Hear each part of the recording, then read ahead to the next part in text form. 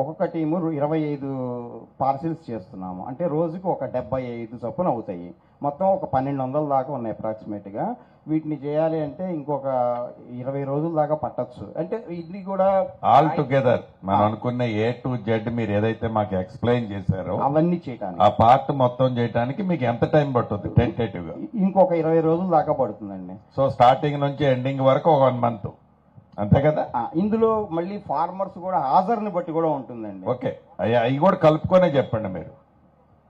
ఆ రైతులు హాజరైతే 20 రోజుల్లో అయిపోతుంది. రైతులు కూడా వాళ్ళ సమస్యలు పరిష్కరించుకోవాలనే చూస్తున్నారు కదా. అవును సార్, కోఆపరేషన్ ఉంది కదా రైతులది? కోఆపరేషన్ ఉందండి. లేదా? ఉన్నదండి.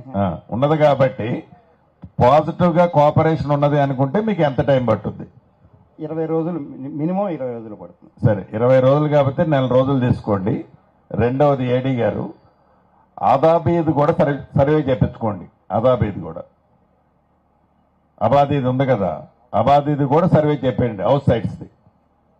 ఓకే, అది నేను ఈ టైంలో మామూలుగా రైతులకు సంబంధించిన వరకు అవుతుంది. అది కొద్దిగా ఎడిషనల్ టైం తీసుకుంటుంది. సరే, దాని తర్వాత పెట్టుకోండి. ఇది ఒకసారి మనకి పైలట్ ఉంటుంది, చేద్దాం. రైట్, నెక్స్ట్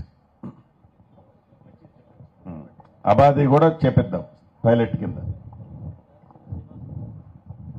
ఇప్పుడు ఈ కార్యక్రమాన్ని ఉద్దేశించి తమ అభిప్రాయాలు చెప్పాల్సిందిగా 2 రైతులను కోరుచున్నాం. రేళ్లచెర్ల శ్రీనివాసరావు, మీరు ఎక్కడున్నారు? రేళ్లచెర్ల శ్రీనివాసరావు ఉన్నారా?